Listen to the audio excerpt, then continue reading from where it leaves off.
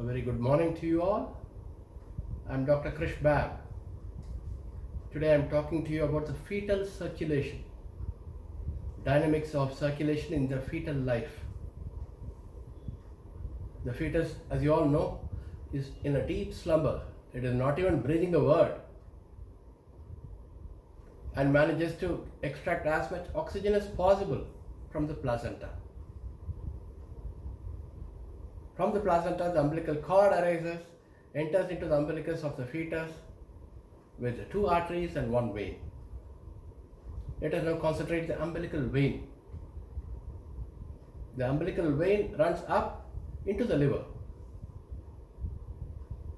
In the liver, part of it supplies the nutrients to the liver and part of it joins the left branch of the portal vein, from there off into a bypass circuit called the ductus venosus to go and join into the inferior vena cava. Bypass circuits are important for maintaining the status quo of fetal life. We are all experts at bypassing.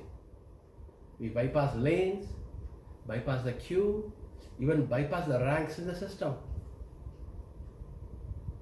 The fetus is a better player with 3 bypass circuits in utero. It is surviving. The rectus venosus, the rectus arteriosus, and the foramen ovale help establish the homeostasis in the fetal system. So the oxygen-rich blood goes into the inferior vena cava, into the right atrium. From there on, through the foramen ovale, the second bypass circuit, to the left atrium, the left ventricle. From there, it is pumped off into the aorta, to the carotid arteries on both sides, which go and supply the brain, which is very active in utero. It needs oxygen all the time, the brain. Now there is a problem. The superior vena cava comes from above with all the oxygen depleted blood used up by the brain and comes and joins the right atrium. So there is going to be a mixture, but nature's adaptation allows this stream of oxygenated blood to go into the foramen ovale, into the left heart, whereas the depleted blood from the superior vena cava goes into the right ventricle. From there off, it is pumped into the pulmonary artery. Now again, there is a problem. The lungs are all now stagnant. Very minimal circulation in the lungs. There is no breathing at all. There is no oxygen exchange taking place at all. The lungs are filled with fluid also. So there is no need for pulmonary circulation to undergo.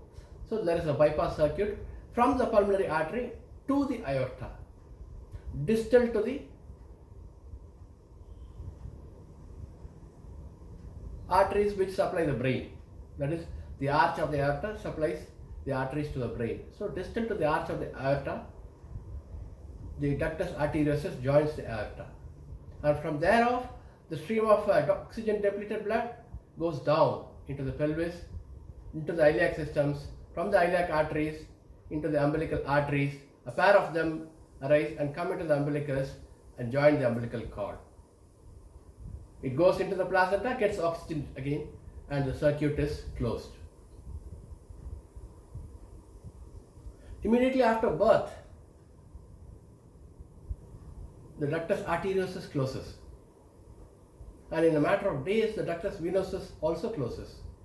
Although functionally it closes off at birth, still the patency of it helps catheterize the needy children, the preterm children, the sick neonate, and all. The umbilical vein is catheterized for nutrition and for hydration purposes. The ductus arteriosus, if patent, can be dealt pharmacologically as well as by surgical methods. The foramen ovale manages to close weeks later, although it's also functionally closed after birth. There is no right to left or left to right bypass in that patent foramen ovale. And its remnant is called the fossa ovalis of the interatrial septum. This is the dynamics which take part, which go on in the fetus, which one ought to know.